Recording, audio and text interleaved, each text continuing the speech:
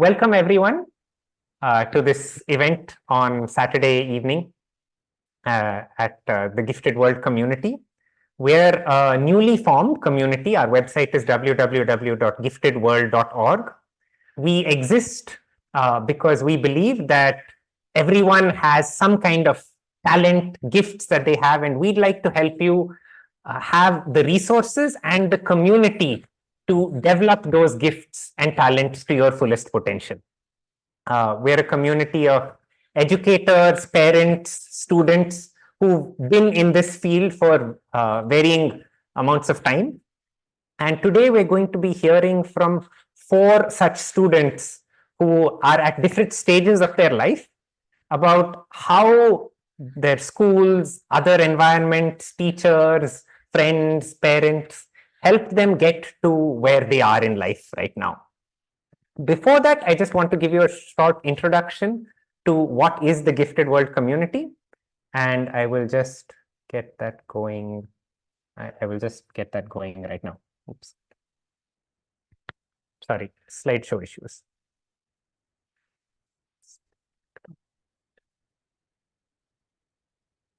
Okay, the slides seem to be having some issues. I'm just going to jump to sharing my screen.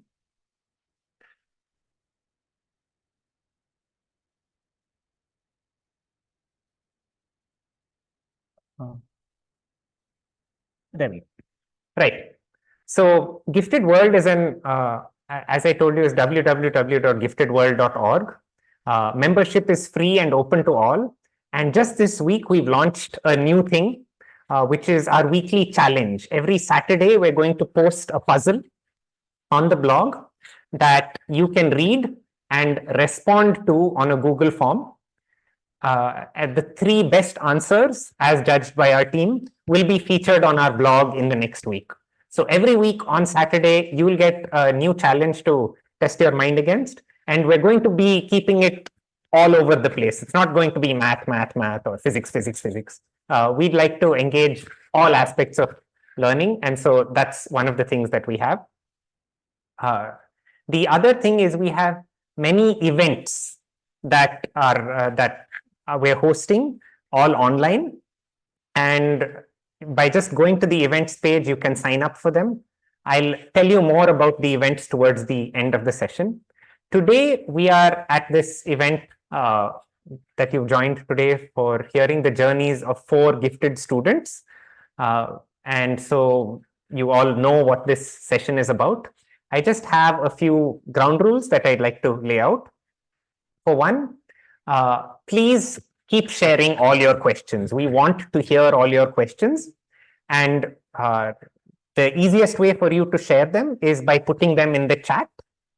Members of our team are keeping an eye on it, and we're going to collate and ask the questions. There will be 2 to 3 times during the session where we'll stop the discussion to answer questions. At that time, we'll collate and answer your questions.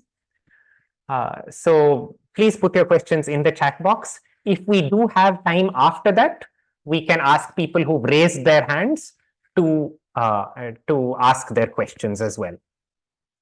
Secondly, I request that we be kind and respectful to everyone in the chat and while speaking. That generally helps the program go a lot more smoother. So without further ado, I'd like to introduce Vishnu Agnihotri, one of the co-founders of GenWise, and which is one of the founding partners of the Gifted World platform. Vishnu is going to be interacting and talking quite a bit about the Gifted Summer programs, which are a series of camps that happen every summer in the year, one in May and one in July.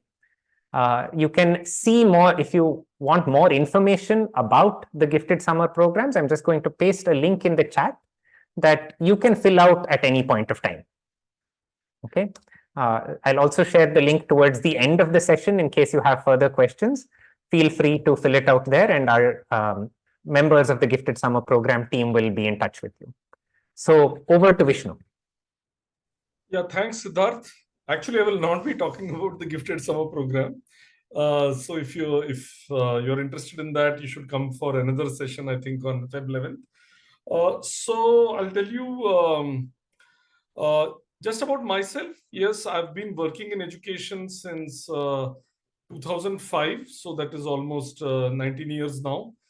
Before that, I was in the corporate world for about 14 years. I have a degree in mechanical engineering, which doesn't mean too much right now, because a long time I've spent in things outside of mechanical engineering, so mostly in education. And I came into this whole working with gifted students, and I honestly I don't like that word very much, but I've not found a much better alternative. It's basically working with students who need something more, something different than what school or the formal system may provide. So that I have been doing for quite some time now, more than 10 years. And it started with my involvement in the asset talent search test. And the four students who are on the panel today, which are Asher Kaul, Rutuja Gupta, Charu Hari, and Sinan Muhammad Ibrahim, all of them took the asset talent search test. They did pretty well on that. And that is how they landed up in multiple programs. Earlier, it was called Asset Summer Program. Now there is just one gifted summer program. It's a 3-week residential camp. So they've come to that program. They've gone to other programs. And apart from these, they've done other out of school activities, which maybe we'll talk about a bit. Yes, so I've been working in this field for some time now. As I said, more than 10 years. And we have learned a few things about these students and their needs and what they need and how they grow. So this format is pretty new even for us to invite these young students. I think probably nobody is over 20 in this group. Asher, Rutuja, and Charu are probably the oldest at about 20, and Sinan maybe 15 or 16. So the idea is they, having spent like 5-6 years doing different things, now having come to college, how do they view this whole process? Otherwise, normally we are talking from the perspective of adults. To be honest, even this session is sort of pitched more at adults. I think there are some parents out there. I do see a lot of young students, 12, 13, 14. So I'm not sure how much you will take away. I'm sure some things you will appreciate and some things may be a little puzzling for you, because there is a big difference between being 13 and 20, which I think the panelists will also talk about. I'll ask them a question about that. So this format, we decided basically to get perspective from the ground. At 12, 13, 14, you may have a lot of experience with these things, but not every 13, 14-year-old will be able to process it. Or if you process it also, you will process it in a different way when you are, a bit older. So as I said, 3 of them are students in college. I will ask them to introduce themselves. And so let's get started, because we always fall short of time in these things. So this session has to end by 8 o'clock. So what we will do is the conversation between me and the 4 students, we'll limit it to a maximum of, let's say, 50 or 55 minutes. So we'll make sure that at least our conversation part ends by 7:35, 7:40, so that we have enough time for Q&A. You can keep posting your questions in the chat, and after 7:35, 7:40, you can unmute yourself and speak. So with that, let's get started. So thanks, Asher, Charu, Rutuja, Sinan, for coming here. And Asher and Rutuja are in a different time zone. For Rutuja, perhaps it's quite early in the morning, and it must be a cold morning out there in Wisconsin. So let's get started. So maybe we'll just keep it in alphabetical order. So maybe Asher, Charu, Rutuja, Sinan, you can just take a minute or two to just introduce yourself. What are you doing right now? What is it that you're studying, so that people know where you are and what you're studying right now? So just a brief introduction. So Asher, please go ahead. Yeah, thank you, Vishnu sir. Hi, I am Asher Kaul, as you've probably guessed from the introduction and the name tag. I'm currently in London at King's College London. I'm doing law. And before this, I was part of the Asset Summer program in a data analysis course. And then the next year with GenWise, I was in a wicked problems course on nonlinear thinking. And yeah, I don't know what else to say. No, but what are you studying in London? Did you share that? Yeah, I'm doing law. I'm studying law. Right. Thanks, Asher. Charu? Yeah. Hi, everyone. My name is Charu, and I'm a biology student at University in Bangalore. I did a course with Asset called New Thinking for a New World. And then the next year with GenWise, I did the same Wicked Problems course with Ashu. Yeah. Right. So just spend like half a minute telling us about what your course is, right? Because it's structured in a certain way. You've chosen an honors thing. So just tell us a bit about that. Okay, so I'm doing the biology program at University, and my university also allows us to audit other courses, take other electives. I'm also doing a media specialization, so I'm learning about like multimedia and video production, writing, things like that. I'm also part of the honors track. So under the honors track, I can do an independent research project. And my research project is focusing on soil and microplastics and how the presence of microplastics in soil can affect the microbiome and the bacteria present in soil. And we're measuring microplastics effect on soil by looking at soil respiration, which is like gaseous exchange, soil pH, the abundance of certain enzymes, etc. Yeah. Yeah, thanks, Charu. Yeah, Rutuja? Hi everyone, thank you Vishnu sir for inviting us. I'm Rutuja and I am a second year student at the University of Wisconsin-Madison. I'm double majoring in genetics and genomics and data science, and I'm also doing honors in research. I was part of the Asset Summer program in 2017 and 2018. In 2017, I did computational modeling of genetics and evolution. And in 2018, I did numbers, patterns, inferences. Apart from this, I have also done a neuroscience course with GenWise. Right. Thanks, Rutuja. So, Rutuja, you're double majoring in genetics and data science, right? So, is that quite common? I mean, how many of the people in your genetics major are doing this data science thing also? I know one other person who's doing this double major and one other person who's doing this certificate in data science. Certificate is like a minor in my university. Right. So it's not that common. Okay, that's Yeah. an interesting choice. Right. Sinan, can you just introduce yourself? Yeah, hi. I'm Sanan Mohammed. I study in 10th grade. I'm a high school student at Malia Aditi International in Sinan, Bangalore. is your video on? We can't see you. Yeah. It's on. I'm a high school student at Malia Aditi International in Bangalore. I'm 15 years old. I've done 3 GenWise courses in 2019, in 2022, and in 2023. In 2023, this year, I did the AI course that was given by Mr. Naveen Kabra. And then last year, I did the bicycles course. And I also did a writing course for 1 week as well. And in 2019, I did the junior course where I was, I think, 10 years old at the time. Yeah, thanks, Sinan. Right. So let me get started with my questions for you. So my first question is for Rutuja. Then I would like Asher and Charu to comment after that. So Rutuja, can you tell us a bit about how your interests evolved over a period of time? Yes, sure. So interestingly enough, the majors that I currently have, they look very similar to what I did in Asset Summer program. So I was in, like I said, I was in computational modeling of genetics and evolution. And that course is very much responsible for me being a genetics major right now. That was my first time learning about genetics. And that really shifted my perspective on biology as a whole. So I got interested in genetics. I kept reading more stuff about genetics. I kept reading books. I started chasing down online resources in genetics. And by the time I was in 11th, I think I knew I wanted to do something in genetics in the future.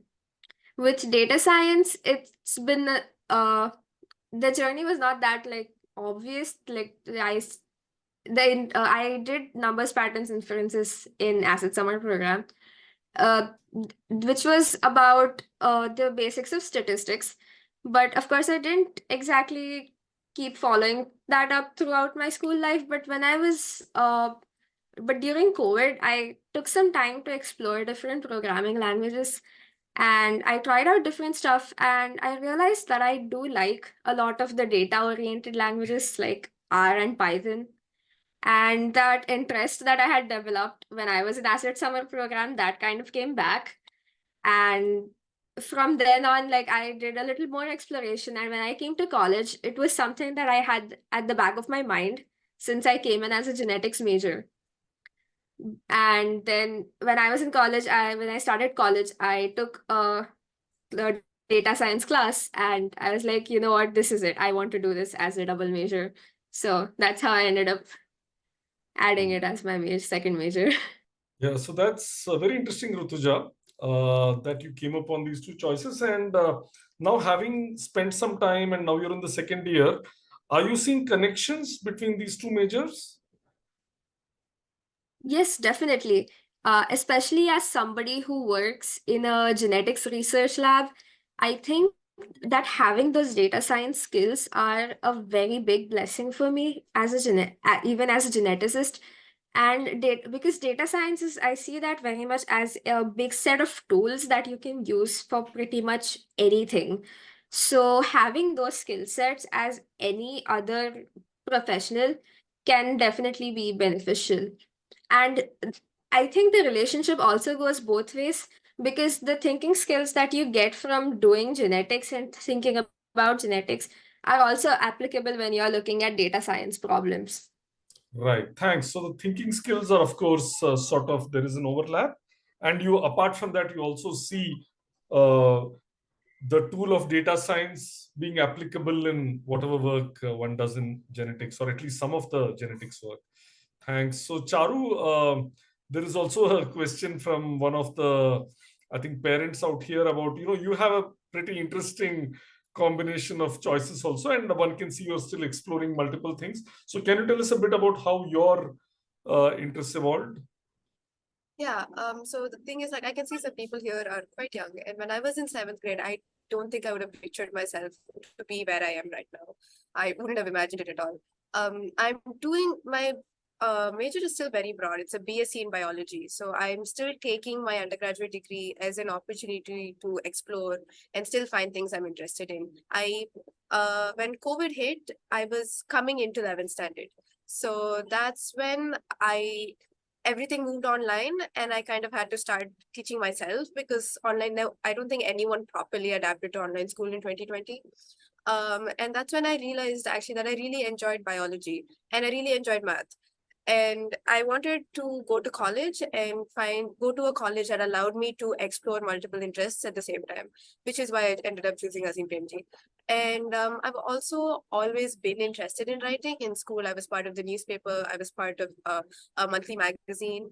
And so I wanted to continue that interest as well as combine it with my love for science, which is how I found out about science communication, which is like a field where you're taking these very complex scientific topics and trying to translate them into something that a general audience would be able to understand. So yeah, in general, like I said, I still consider my degree as something where I'm learning every day. I'm finding out like, oh, I'm not really interested in ecology, but I'm really interested in genetics, and I'm really interested in environmental science. And yeah. Yeah, great. Thanks. Asher, what about your interests? How did they evolve? Yeah, I honestly don't think I had much of an idea that I would end up in law when I came to GenWise or the Asset Summer program, but I think as a result of experiences with parliamentary debating with MUNs, etc., I just discovered law, and then I ended up exploring that further. I wrote a research paper, and then I think I just, in, for example, maths, you have axioms, right, which are clearly defined. You know where you're starting from, and then the logical deductions. I think what I ended up liking about law is that while it's very logical in nature, you don't quite know what the axioms are. You're still trying to figure them out, particularly in like a common law system. So I think that's why I ended up falling in love with law, and I'm still exploring law itself. So Asher, I'm curious about this because none of the courses you did in the GenWise summer program were to do with law. I know that in 2018 you did some things and maybe a little bit of the month thing. So how did you, what did you like connect with a professional lawyer, or did you study this on your own? How did you learn more about law when you were, say, in 8th, 9th, 10th grade? And so because I did debates and stuff, there'd be public international law, and there's a thing called the UN Audiovisual Library of International Law. So I listened to those lectures, for example, online. I read a lot of literature, academic literature around that time. And I think it's just a habit I had of, I'll do whatever is in front of me, right? Right. That's why I did the asset talent search in the first place. That's why I did ASP. That's why I did GenWise. That's why I ended up doing quizzing and coding and whatnot. So it just, I think that's a very helpful approach to have in general. Don't be picky. Just do everything that you can in front of you. And Right. that's, at the end of the day, just helped me realize that this is an area which still needs to be developed a lot. We are very incomplete in our understanding of law as a Right. species. Right. Whereas in math, for example, I think we're relatively advanced. But yeah. Right. Thanks, Asher. So Asher spoke about the learning on his own, going to this, video library. He spoke about the Model United Nations and the quizzing and so on. So Rutuja and Charu, if you can quickly share some of you did talk about your GenWise experiences, but apart from the GenWise thing, what were some notable other experiences which influenced you? Rutuja? Apart from being in with Asset and GenWise, I think some of the biggest experiences that shaped me were obviously my school. Then there was a science enrichment program that I was a part of from 7th to 9th grade, which was something that's organized by the Mumbai Science Teachers Association where they teach us concepts for the National Junior Science Olympiad. And then obviously I was preparing for JEE when I was in 10th, 11th, 12th. So that was definitely that played a big role in shaping what I am today. Okay, great. Thanks. So that's interesting. I mean, even the IIT JEE preparation was helpful in a way, and we'll come back to that and talk about how that influenced you. Charu, your other experiences? Yeah.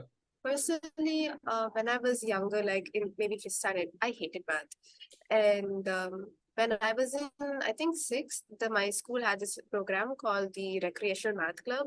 And I didn't want to sign up. My parents found the circular and signed me up. And I actually hid the circular from them, and they found it, called the school, and signed me up. And I loved it. I used to stay back. I used to do extra work just for the program.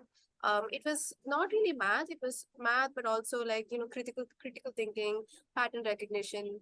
And I had lots of fun. It really transformed the way I looked at math and approached it as a subject. Right. Thanks, Charu. So I want to speak about a couple of things before I go on to my next question to these students. So what I find interesting here, there are two things. One is I strongly believe that the world needs more of, there's a term called versatilist, right? And I think the people who are in the wicked problems course, we talked about that. So versatilist basically is like a T-shaped individual. So the vertical thing represents specialization in one or two areas, right? So Rutuja may specialize in a couple of her majors and Asher may specialize in law. But for most individuals, it's important to have something on the horizontal front also, to have a certain breadth of context, because unless you sort of have some broader context, you can't even have a conversation with other people, and you cannot connect the dots, so to speak. You cannot make your discipline relevant to other disciplines. I'm sure the parents here get it. For the younger students, I'm not sure how clear this is. So I've actually written a blog post on the need for versatilists. It's there on the GenWise Substack newsletter. You can go and read it. So that is one thing. And what I find interesting is that some of the people out here have made those choices, right? So Charu spoke about consciously her choices were narrowed because she was interested in biology, but she wanted a broader thing and she wanted the research thing. Pretty much she could only look at, and she wanted to be in South India. So she could basically look at one ISER and one Azim Premji University. And Rutuja also has sort of, is looking at different things and combining these interests. And the second point I want to make here is that for people of my generation, first of all, there were very few choices in terms of doing these broad things. You had to get into engineering or medicine or law. But today, there are many broader options. A lot of parents are not aware of this because they are doctors or engineers or lawyers, and they are very busy with their stuff, and they're not even necessarily aware what is liberal arts or what is liberal science and so on. So what is interesting, so I feel that many people in my generation or even people who are 10, 15 years younger than me, they found themselves, say maybe from the age of 18 or so, 19 or so, when they went into college, and following the herd, doing this IIT JEE or whatever. And then maybe by the time they were 26, 27 years old, they figured out what really spoke to them, what they were good at. And economists use this term called match quality. So match quality basically, and there is research on this. There's a very interesting book called Range, written by, I think, Dave Epstein. Yeah.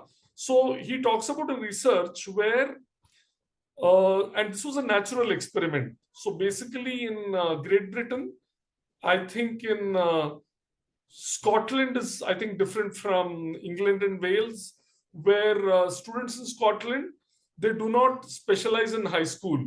They still maintain the different things, unlike going into commerce and science and so on. So what this longitudinal research over a period of 10, 15 years, what it showed is that people who specialized early, they earned higher salaries in the initial part of their careers because they had specialized skills. But people who had this broader kind of mix of things, they had more time to figure out what they're really interested in, what they're good at. And in the long run, they actually did better. They did not switch careers so much. They sort of, later they actually earned higher salaries and stuff like that. So one of the things which I've been sort of preaching to parents especially is don't specialize too soon.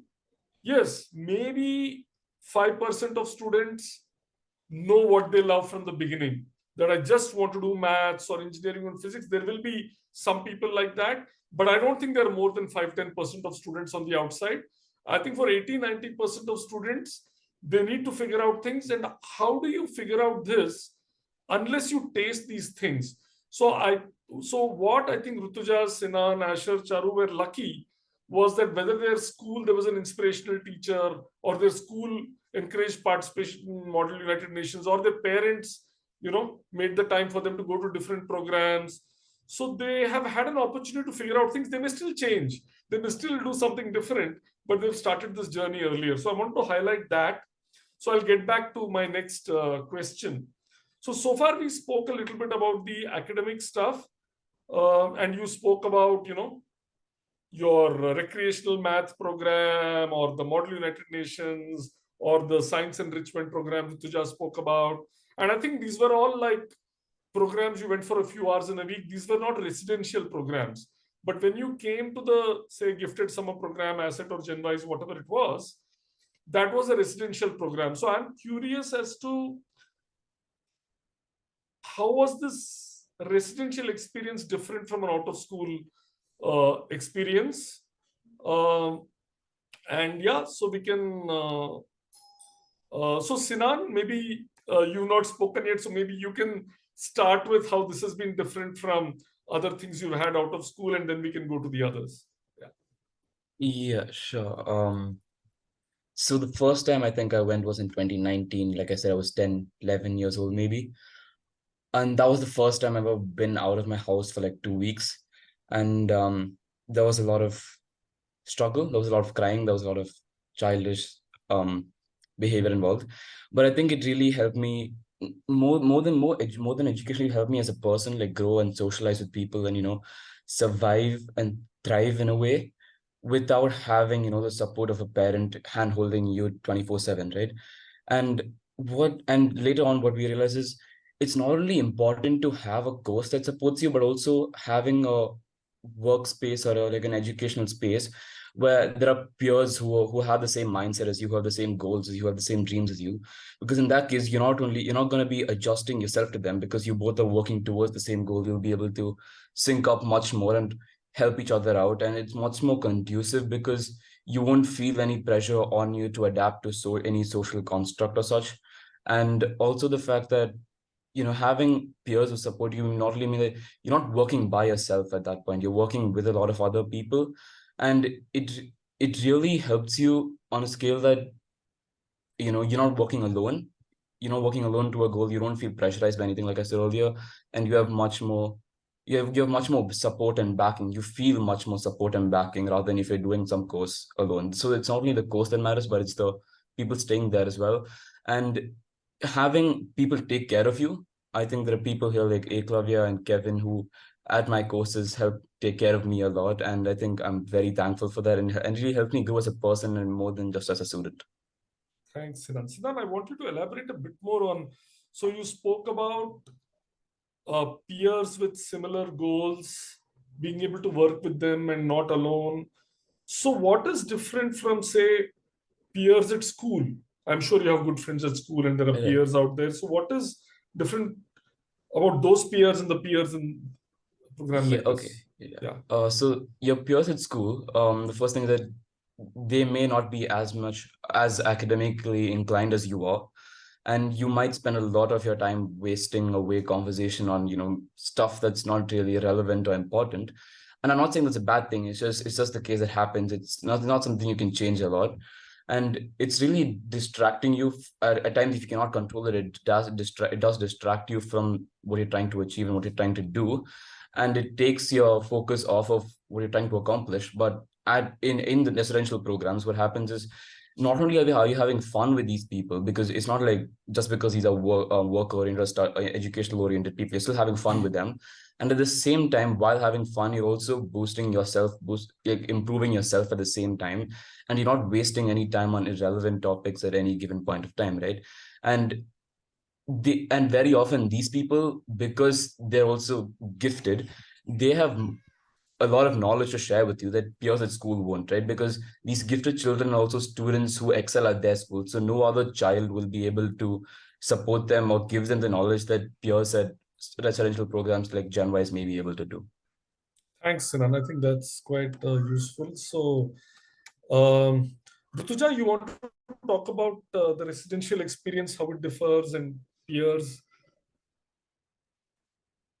Yes, so the residential experience versus having a long-term non-residential program, both of these I think cater to very different kinds of development.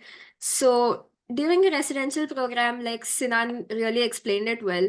So it's not just about what you're learning academically, but it's also about how you're growing as a person. Like being in Asset Summer program, that was also just like Sinan, that was also my first time staying away from home for such a long time. And it really changed my personality within 21 days. I don't think this would be an exaggeration to say that. It definitely boosted my confidence, made me confident to speak with my peers and explain my ideas and be more vocal about what I think. And it also definitely improved my communication skills. And these things are still helping me to this day when I am in college and I'm interacting with a lot more people. So that's one thing about residential programs. So, And Rutuja, also I just want residential. I'll just interrupt you there. So are you able to say what led to an increase in your confidence, speaking up more, being more vocal? What do you think happened that this kind of thing, even in 21 days, it happened? So I think the main contributors to that were it was a very collaborative environment. So I was surrounded by a lot of smart people who had amazing ideas, but it was still a very collaborative environment. It was not like a competitive environment, like, oh my God, he's able to do this thing so well, I should also be able to do this. It was more like we were learning from each other and we were learning by example. So I was looking at how my peers interact, and that boosted my confidence, gave me, and plus they created a safe space for me to interact with other people and try things out. And of course, the course staff, the instructors, TAs, they also created a conducive environment to everybody speaking up, voicing their ideas, and them facilitating those discussions and facilitating that kind of environment also boosted my confidence. Thanks, that's useful. So there was a lot more people interested in knowing your opinion and your thoughts. Yeah, go on, Rutuja. You were starting to say something else when I interrupted you. Yeah.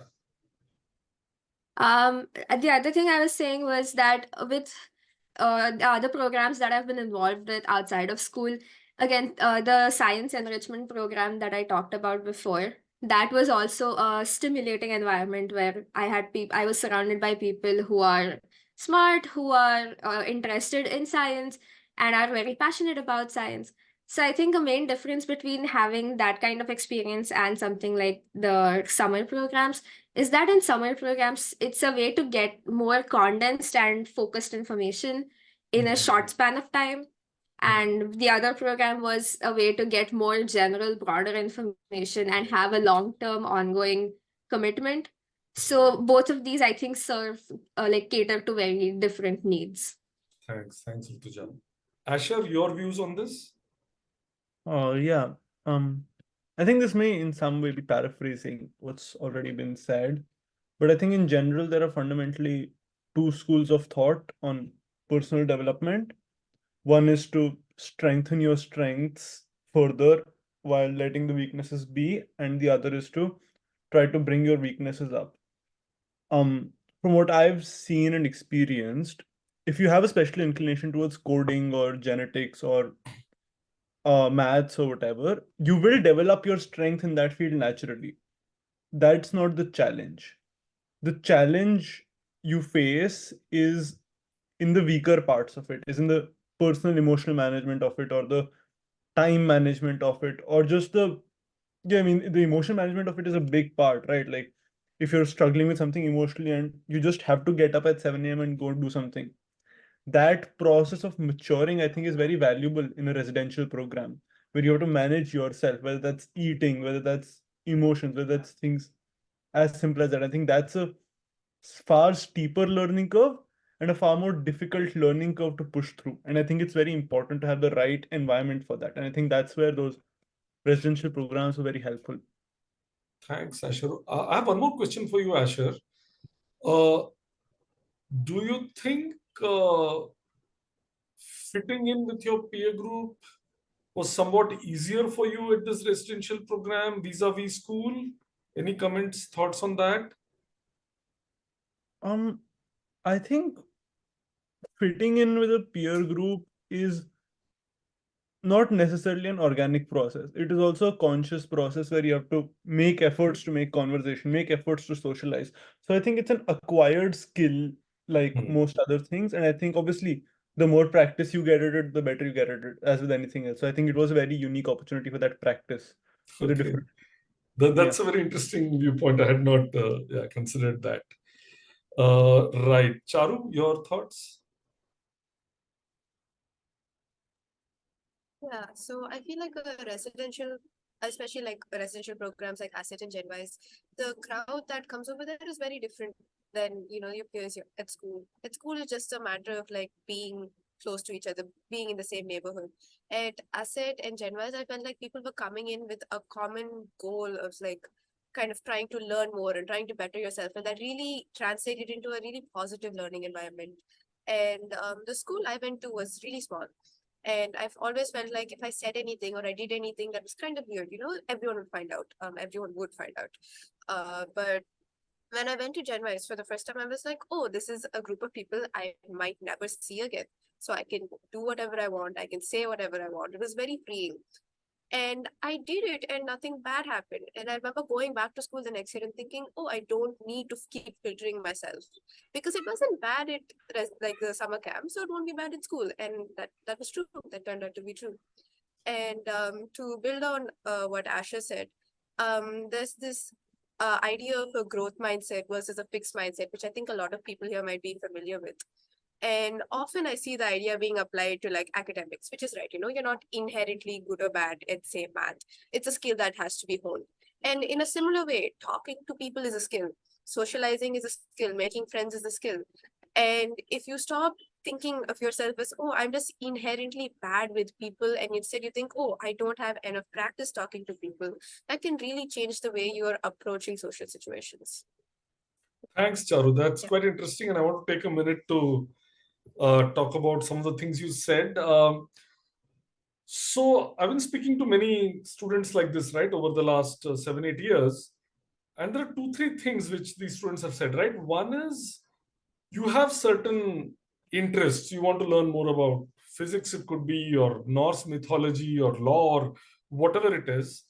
And if you do not get an opportunity to talk to someone about it, or at least be recognized that, oh, okay, you have this interest and it's a valid thing, and can I help you in some way, or why don't I buy you this book or whatever, it can get quite discouraging, because otherwise you start feeling that it's not valid.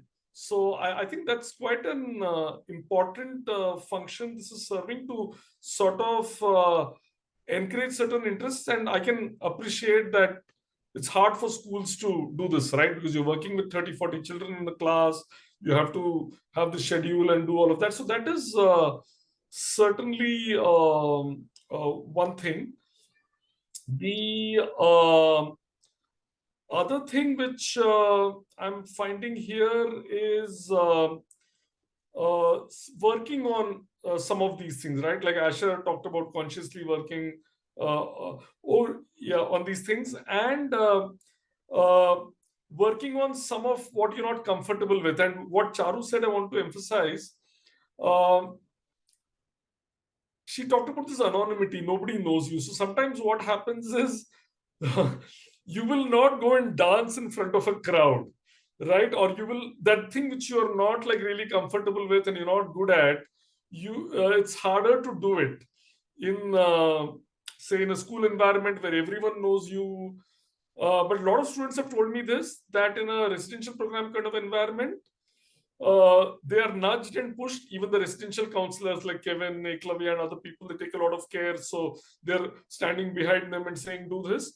And then once you start taking that risk of speaking up there or dancing and nothing really bad happened, as Charu said, then it's easier to take this back to school with you. And we are also trying to work with schools. We are inviting schools and school heads to come and spend time in this program. And we've had parents very, very surprised that how come, my daughter is talking so much on this open day. She never talks, right? And so it's surprising to see this kind of transformation over 21 days. So that's interesting. I think we have another maybe 10-15 minutes to have this conversation. Then I will open it up for Q&A. So I'm going to ask one question to the 3 older students out here, and 1 or 2 of you can pick it up, whoever feels you can answer this question. So Charu, Asher, Rutuja, I want you to take a shot at describing the middle school you, the roughly 13, 14-year-old you. What were you feeling in class when maybe you were in school, or maybe you're in the summer program? What kind of social and emotional challenges, especially, that you faced? And how did you try to cope with some of these? How did you get supported? So whoever is ready to talk about it first can go. Yeah.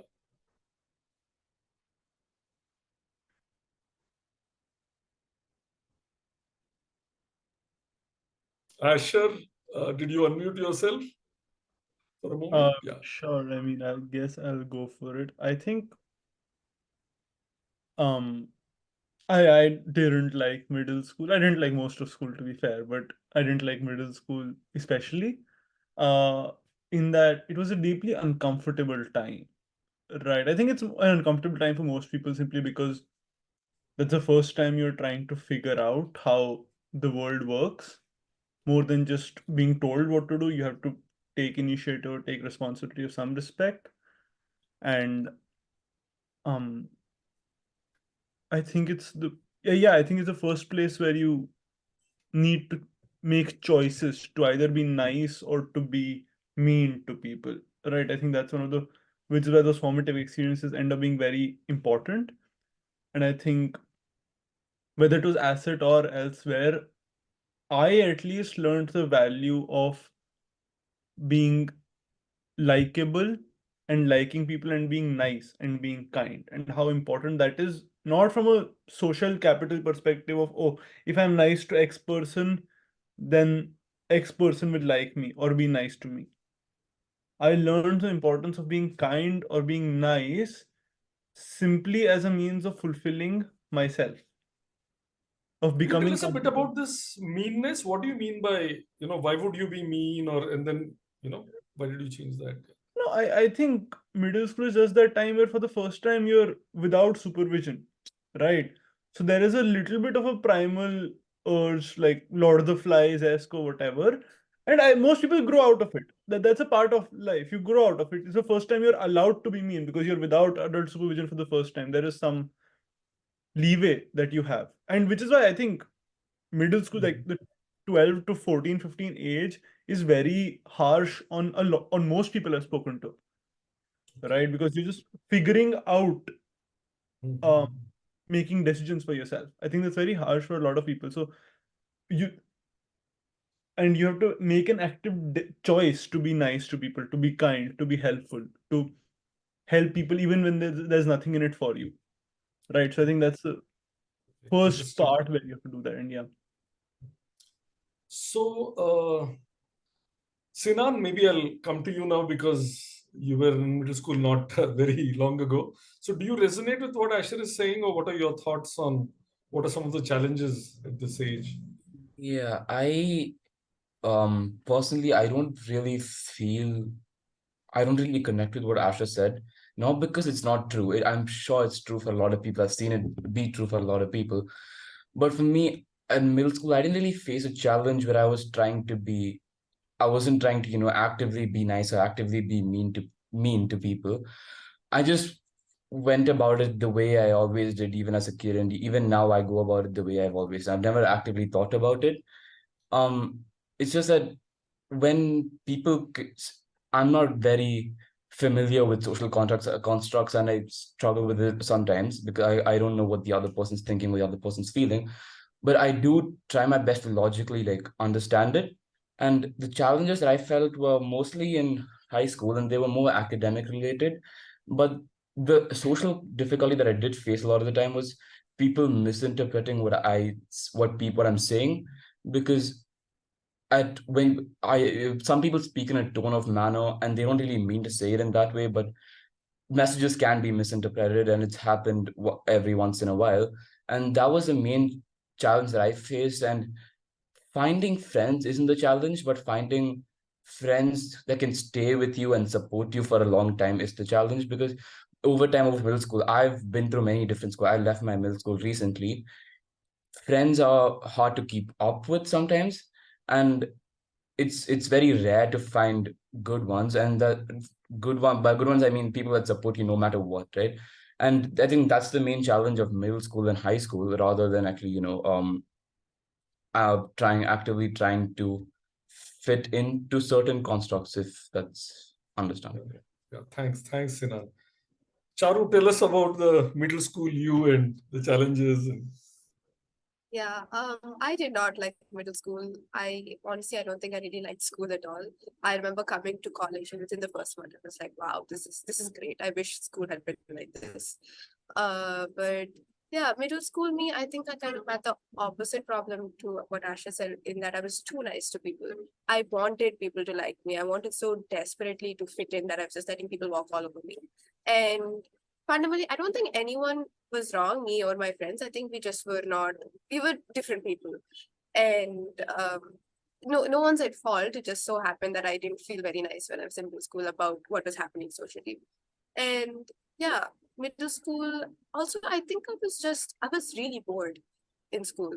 Like the material wasn't very challenging. If I put in like maybe an hour of work after school, I could finish it. In fact, I wasn't even putting that hour of work after school because like in the 15-minute breaks we'd have between classes, I would finish all my work and I just come home and like read or watch TV because there was nothing else to do. So yeah, I think I had been more like stimulated when I was in middle school. I might have had more fun at that time. Yeah. Right. So can you talk a bit about, you said, I wish school had been more like college. So what are some of those things which a school could be? Yeah. So college, what I liked about college was like the freedom to, I think part of it was I was choosing subjects I was actually interested in. And classes were actually discussion based. I could come in and if you were reading a text, I could say, oh, this is my interpretation of a text, which would not fly in school because we have to go by like, this is what CBSE wants you to think. So I barely interacted in school. Like in PTA meetings, it would all be like, oh, Charu's a great student. I just wish she spoke more. And in school, I kind of didn't speak because I didn't feel like people were listening to what I had to say in class. Because there was a set syllabus and we just had to follow the syllabus. And once you figure out how to score well in exams, you kind of crack school and there's nothing to learn really. So yeah. Okay, thanks. Rutuja, basically these two questions, right? Any comments on the middle school you, and what were the challenges and how did you get support, and how is college really different from school? Is it, and or how would you if you were to advise schools and people like GenWise or Asset, how should that whole learning journey be different? I think I pretty much agree with what Charu was saying before me right now. I was the quiet, shy kid in middle school, going through the motions because it was like you'll go to school, they'll teach you, and being in state board, it's like math was my only favorite subject because it was logical and everything else. I just have to memorize these answers, spit them out in the exam, and I'll score well. Which also led to a cycle of me always studying at the very last minute for our exams because I was like, I can just squeeze it into my short-term memory, squeeze it out onto the paper, and be done with it. So I guess that was something that used to be a thing back then. And I had a small group of people that I usually talked to. I was nice to everybody else, and that was pretty much it. Mostly just, again, going through the motion. And like I said, I agree with what Charu said that having a stimulating environment in school would have been really helpful. So in contrast to that, now that I'm in college, I am surrounded by a lot more again, agreeing with what Charu said, we have the freedom to choose our subjects. So that naturally results in a group of peers who are interested in that subject. So like all my classmates did choose to be there. So that results in a lot more focused and a lot more interested group. And when you are within such a group, there is also a lot more interaction. People are willing to learn, people are willing to share their ideas. So it is a lot more open, collaborative environment. Right. So people having chosen that subject, chosen to be in that program makes a big difference. Right. I think that makes a lot of sense. So I'm going to ask my last question, request all the four of you to answer. And after that, we'll just open it up to the parents and students here and they can ask their questions after that. So so there are actually two questions. And you can, answer both of them together. So one is, what advice would you give to parents of students who are, let's say, in the 11, 12 to 15, 16 age bracket? Because you've seen what is happening and yourself, your friends. So what advice would you give them, especially on the how their children can be supported on the social and emotional front? So that is one question. And the second question is, what advice would you give to your 14-year-old self? Now that you're a little bit older, and I mean, Sinan, you're maybe only 1 year older than that, but still. Yeah, so we can start with whoever is ready to go with this and go with all the four of you. Yeah.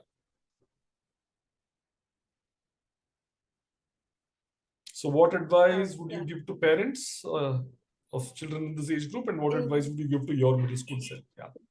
In Charu. general, both to parents and to my younger self, Yeah. I think I should have been more comfortable with the idea of failing and, being bad at something. Because I think you do have to be bad at something before you're good at it. You have to struggle with material before you fully understand it. You need to struggle with the skill before you're good at it. I'm taking a salsa class in college now, and I am not a dancer. And it shows, it really does show, but I'm having a lot of fun. And again, I can see the improvement over, the last few classes. You need to be bad at something before you're good at something. And I feel like you connect, failure. Oh, if I'm bad at this one thing, that makes me a bad person. And like I'm bad at everything, that reflects on me. And it's not that personal. It's a skill. It's a skill that can be developed, and it's a skill that you really should develop. You need to learn to be bad at something. You need to learn to be okay with being bad at something. Yeah. Right. Yeah, I think it's great advice because you don't develop your learning to learn executive function skills, how to persist, how to break a thing into smaller tasks and stuff like that if you don't do some of those things. But Charu, your maybe advice to parents, do you have anything to say? It may not be to your parents, but to parents in general. Yeah, I think make your children comfortable with the idea of failure, and maybe push your children to be in environments like I said, I didn't want to sign up for that recreational math class. I hid the circular from my parents. They fished it out of the dustbin and signed me up. So I just push your children. So yeah, But they might hate you in the short term, but they will be grateful in the long term, probably. But are there some kinds? Yeah, I get what you're saying, that they should push them towards some experiences which children may not realize that may be good for them. But are there certain kind of things they should not push their children towards? I think that depends on the child. But yeah, I think you would know when your child is like really uncomfortable. Okay, thanks. Yeah. Right, the others on these two questions? Should I go? Yeah, Sorry, yeah, go Asher, then Rutuja, yeah. Okay, I'll go first then. I think this is something I discussed with Vishnu sir beforehand as well. It's very important to give a platform, I think, to kids. If not, and I think Vishnu sir brought this up earlier as well, just not necessarily in terms of active engagement or sports clubs or whatever, but if someone is really interested in films, just be okay with them talking 5-10 minutes a day about it. You don't even have to reciprocate. I think that leads into a larger point of respecting kids, because I think it's a very weird social trend, but most parents love their kids 99%, but respect is a very different thing in that listen, treat them as people rather than functions, mathematical functions, right? It's not input output, it's people, right? So there may be unpredictable outcomes at times. I think that mutual respect is very important. One last thing I think for parents is that this is a very sensitive thing, and I don't know how to go into it myself also, but I think in today's day and age, the internet is absolutely critical in the sense of it can there's a line by Bhagat Singh, चाहे तो त्यागी बन सकता है युवक, चाहे तो विलासी बन सकता है. It's basically that, right? You can either go into a life of decadence or use it as a very useful tool. And the real answer will probably be somewhere in the middle, right? So it's very important to learn to manage one's vices, because in many cases social media will be a vice, but having that maturity, having that decision-making capability within the kid to make the right decision for themselves, to differentiate between what you know and what you feel. I think for kids in middle school, I think not 14-year-old self, maybe for 12-year-old self me, but I would just have one piece of advice. There's a film by Rajesh Khanna called Anand. Watch that film. That is the only thing I would have for anyone. Yeah, Watch so Anand. maybe Asher, you're one of those kids who at the age 12 you would have watched that film and made sense of it, but I'm not sure if every 12-year-old would make sense of it. But I have a poster of that right behind. No, it's a great film, and thanks for mentioning that. And I'm glad that someone of your generation has watched and related to that film. And I really like the point you shared about love and respect, and I want to talk a bit about it after I think Rutuja and Sinan speak. So Rutuja, please go on. Yeah. So the first thing about what I would say to parents, I think an important thing in not just middle school but also throughout high school is that my parents always encouraged me to try. So my parents always, if there was something that I was interested in, say I expressed an interest in badminton, they were like, okay, maybe do you want to try it out, like formally learning badminton? So I used to play badminton for a while back then. And for example, I used to learn to sing back then. And I still do.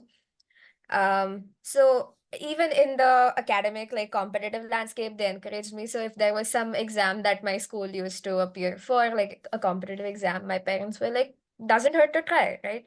So that's something that was very helpful to me, that attitude of trying things out and making an effort and making an attempt, because what's the worst that's going to happen, right?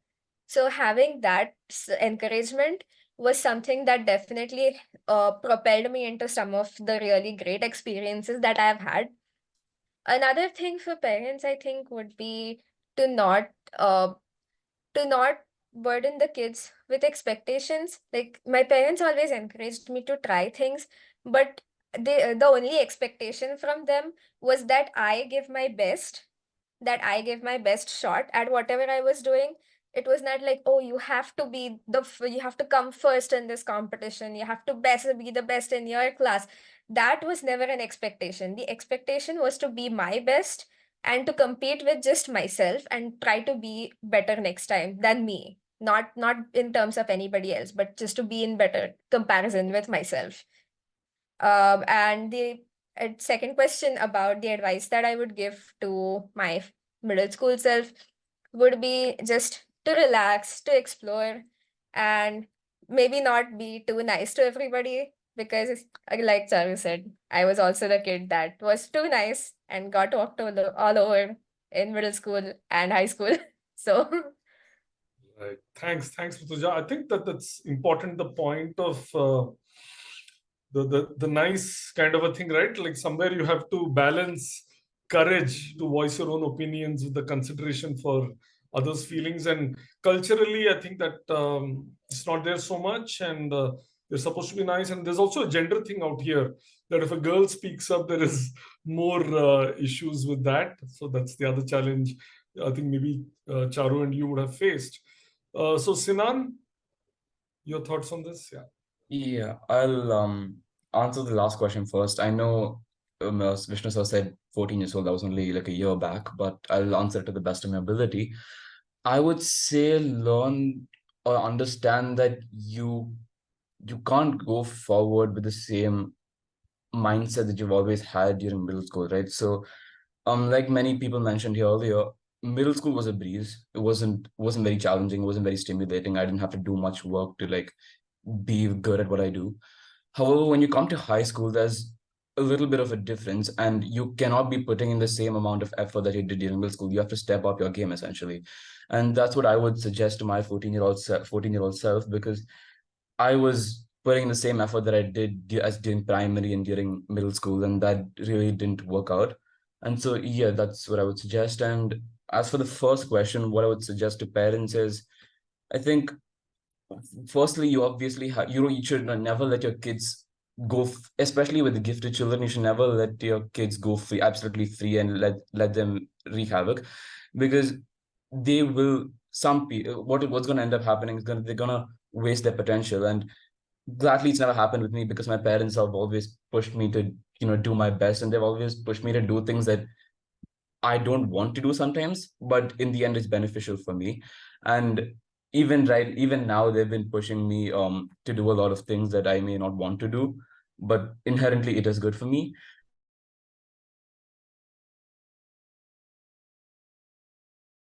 Restrict them from doing what they want to do, let them have a social life, because academically inclined children, while they do study, they also need some time to relax, like Rutuja mentioned earlier. So you would want them, and a certain form of relaxation not only comes from doing extracurricular activities, but also from hanging out with your friends, having a social life, and living as a kid. And that's one thing. And the other thing I would suggest is, find a balance to your expectations, because these children have a lot of pressure on themselves already, not only because of parents, but also because of friends and because of themselves, because they've done so well over the last few years, and they have to maintain their maintain their skill. They have to prove that they're the best every single time. This is the mindset that a lot of children have. And even if others don't put pressure on them, they'll be putting pressure on themselves a lot of the time to be the best. And I think parents should be able to communicate to children and help them relieve their stress a lot of the time, even though they have expectations for their child as well. I think, yeah, and that's about it.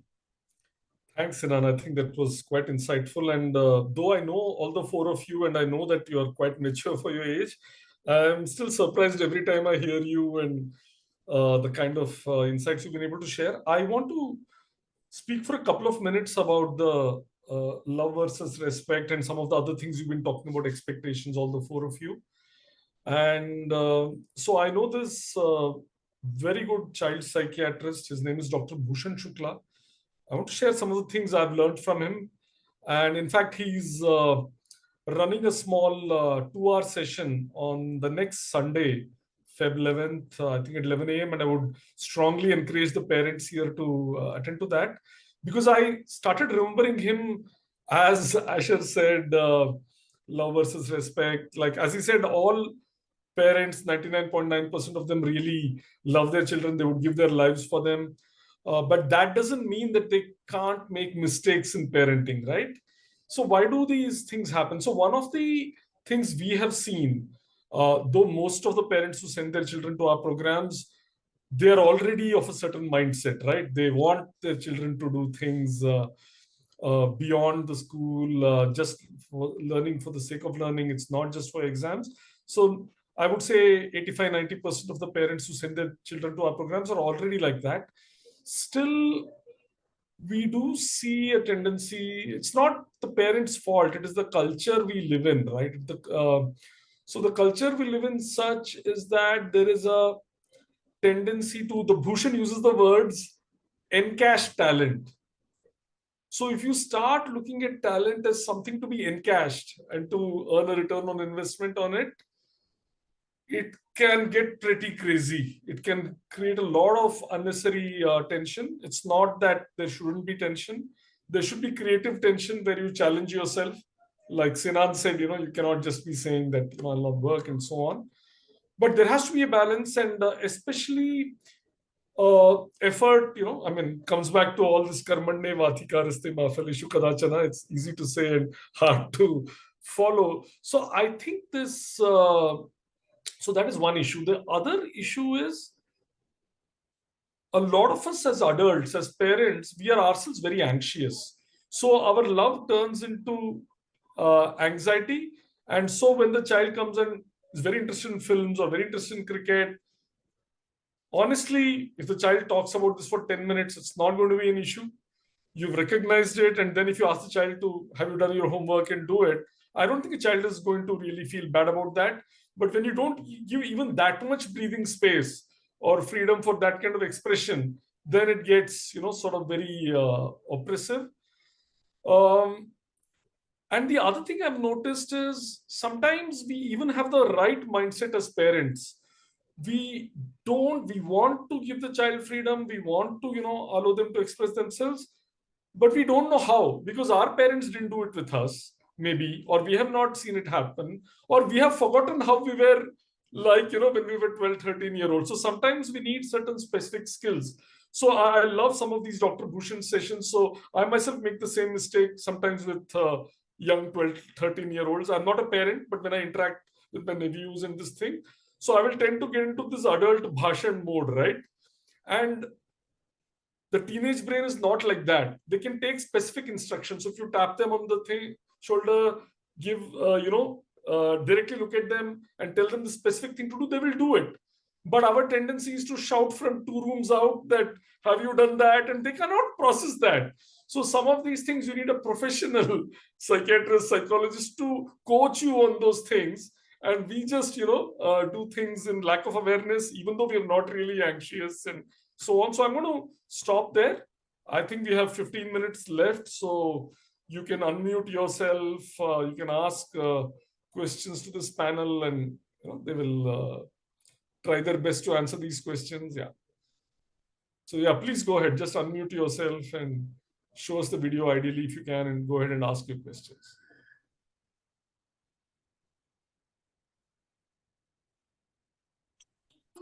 Vishnu, there's a question in the chat from Sandeepan Das. Right. So Sandeepan asks, I think, yeah, it's a rather long question. I'll just read it out for everyone's benefit. So do these courses change every year? What I meant is, if a student takes a course in class 7, does the same course get incrementally enriched next year? What were the most interesting part of the residential experience? Is it the environment at the residential program or the company of your peers? So the first question I will answer, do these courses change every year? And I will ask the students to talk about the interesting part of the residential experience. So yes, I mean, not all the courses change every year. So first of all, so this has evolved over a period of time. Back in 2016, 17, when was the first time I was doing this program, we had courses only there was only one age band. Children coming into 7, 8, 9, they were clubbed together and they would choose a course, and Rutuja chose genetics and Asha chose data science and stuff like that. But as we learned this, we introduced a program for younger children. So since 2018, we've had a junior program where you don't have choices. So you do 2.5 days of different things, a bit of art, bit of humanities, bit of nature, bit of math, bit of science. Because at that age, we believe, it's hard to pay attention to a 3-week, genetics course kind of a thing. So there is a junior program which children who are entering grade 6 and 7 do. Then there is a senior program which children entering grade 8, 9, and 10 do. And last year, we also added a career discovery and planning program. So many of the parents and children came back to us saying that, we really loved it, and can you now have a program for us? And then we thought that it makes sense to sort of, the interests you have discovered, you're thinking about strengths and weaknesses, you're old enough. So the other thing is, your interests, your gifts, with the talents you have, they sort of concretize by age 14. So it is too early to think about career at the age of 13 or 14, but by the time you're 15 or 16, you can think about it. And you also have the maturity to take on more deep dive internships. You can intern with someone, you can do something over 3 months, 6 months. You have that kind of patience, and you're older, more mature. So we have that program as well. Some courses remain the same, some courses change, but typically for every student who comes, there is something new they can try out. So it's not, so as far as what is the most interesting part of the residential experience, I would like the 4 students, some of them, to just talk about that. Yeah. So outside of the 9 a.m. to 4 p.m. In the academic environment, what were the most interesting parts you felt? Whoever wants to answer that. I'll answer this question first, because I was just there this year. Yeah. Before I start with that question, I just like to take a moment to talk about what Vishnu sir just said, where there was the part of the question which said, does the same course get incrementally enriched each year? I was there for back-to-back years, 22 and 23, so I can agree with that, because 22, I was in the bicycles course, and 23, the same bicycles course was later improved, and there was a bunch of electronic engineering added to it. And also for the AI course, which was there for the 2 years, 2022 and 2023 as well, it got better each year, and it keeps updating each year so that the children are more suited to the current dynamic the world is in, because AI is a very fast changing thing. And I'd like to give props to the entire GenWise team and the sir who designed the course, Mr. Naveen Kabra, on actually making the course in such a way. And so, yeah, just that, I just want to answer that part. And then moving on to the second question, which was, what was the most interesting part of the residential experience? The environment of the residential program and the company of the peers are not two different things. The company of your peers directly influence the environment of the residential program, right? So after 9 to 4, which is when all the courses happen, we're not allowed to do whatever we want, but the people, the RCs and the SRCs and the people who are handling all the children, they do a great job at making sure we have fun during the stay, because it's important to keep the child, I think, focused. You can keep the child focused by letting them having fun, right? They would not be focused in class if they didn't have fun the night before or the evening before. And so people like Eklavya, Kevin, they all do a great job at taking care of the kids and designing activities. So activities could be DJ night. We have that once a week on Saturday nights. We have music nights, we have talent shows, we have dance battles, we have everything that any child or a teenager could ever want during a course. And I think GenWise has done a great job at balancing both the educational and the social needs of a child while they're staying away from their parents. And the people at GenWise also are brilliantly managed to bridge the gap, because even though parents are not there, they take care of the children in such a way that the parents are confident that their child's going to be safe, the child's going to be fine. If anything, the child's going to be feeling even better. Yeah, so that. Thanks, Sinan. That's quite encouraging for the team.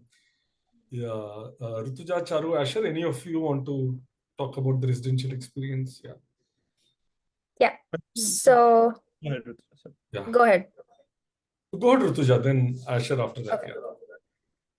I think of course, I can go on and on about how interesting the academic part of the program was, but outside the classes, outside the 9 to 4, I think the most interesting part of the residential program was all this interesting social interactions. Like, these were people from all over the country and all of them have had very different experiences. But at the same time, we also shared some common themes, like, like you would find these group of people who like the same books as you do, or these group of people who like the same music artists you do. But at the same time, I learned about so many different books, and my reading list exponentially expanded. My song list also exponentially expanded. So all these social interactions and bonding with people from different parts of the world, learning about their experiences was definitely very interesting. And something I really loved about the Asset Summer programs was having those extra like activities where we'll have like sports, we'll have arts and crafts, we'll have DJ nights, stuff like that. Having those things in addition to the academic portion definitely helped refresh our minds and prepare us for the next day, and helped us to more actively, creatively relax, which is something that's helpful not only in the residential program but also outside. Like, having those hobbies, having those things where you can relax, but in a constructive way, is very helpful, especially in like the busier part, like when you get to high school, when you will get much more busy than you were in middle school. And thanks, Rutuja. Asher? Yeah, I was just going to say, I think we had this one day in Manipal during the Asset Summer program where we had guest lecturers, and Dr. Shyam Iyengar, whose maths background, came in, and we ended up spending, I think, close to 12 hours in that session, right up from the morning to dinner. And we had very interesting discussions. But at the same day, I also remember making a lot of mistakes, which is also in that I had 21 cups of chai in one day, which is not a very good idea for anyone at any stage of life, let alone a 12-year-old. So I think that's a very important part of freedom also. It's the freedom to engage in a topic and learn for 12 hours, but also the freedom to make mistakes, right? I now know 21 cups of chai is not a good idea. Please don't do it. It So will be Asher a is very probably bad. a process failure, and we need to tighten our process. I did not know that you did this, and we should not allow any child to have more than a couple of cups of Yeah. chai in the day, if at all. Okay. Yeah, I think that, but the broader point I was making is that we discussed expression of freedom to express kids, but I think it's also important for parents to recognize that freedom will recognize in failure sometimes. Yeah, And I agree with you. And like, overprotection is also, an issue. And I mean, we can have a different session on that, where there is research which shows that at the age of 3 and 4, if you're not, using knives and scissors and things to cut, or you're not, climbing up on these jungle gyms and falling and bruising yourself, if you don't do stuff like that, it actually affects you later in life. you become so averse. You're not able to assess risk at all. So there are a lot of things, and parenting is a tricky thing. Someday maybe you will become parents, and we will call you after 15 years on some other kind of adda. Right. So any other questions? Did Rutuja also want to share something? I think no, Rutuja just shared. Charu, do you want to share anything? Otherwise, we'll see if there are any other questions. Basically, what I wanted to say has already been covered.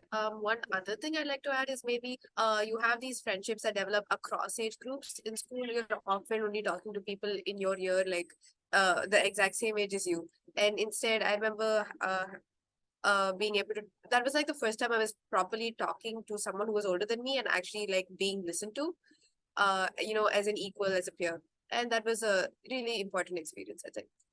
Yeah, I think thanks for bringing that up. And I think mixing across grades is a very valuable thing.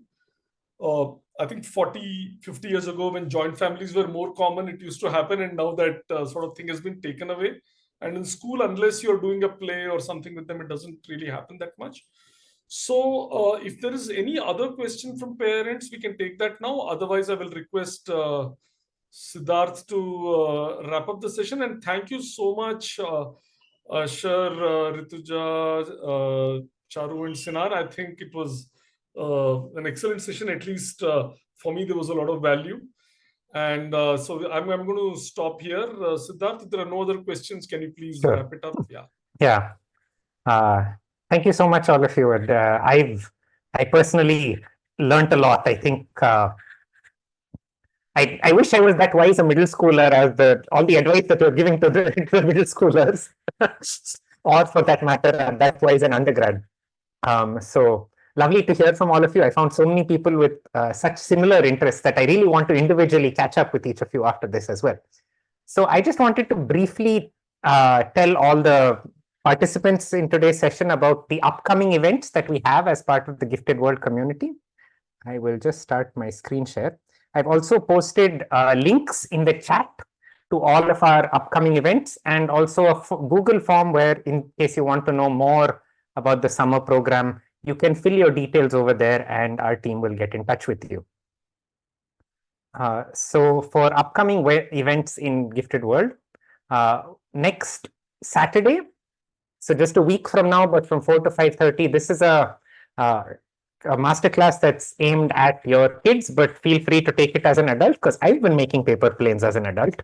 So Rupin Chheda, who is also a mentor at the Gifted Summer Program and does amazing stuff, is getting all these kids to tinker with paper planes.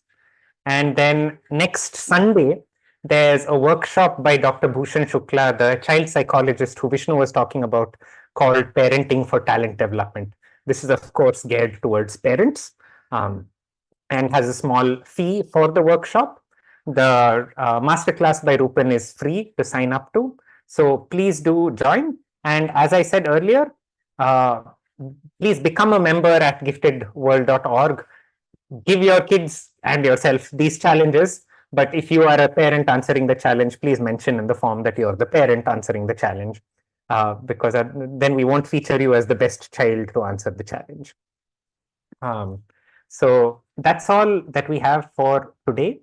Thank you so much. Yeah, there's one question from Rohit. I'll just answer that. And sorry. So sure. Rohit has asked, is it possible to watch the recordings? So what we'll do is, some of these things, the recordings will be shared. For example, this will go up on the Gifted World YouTube channel.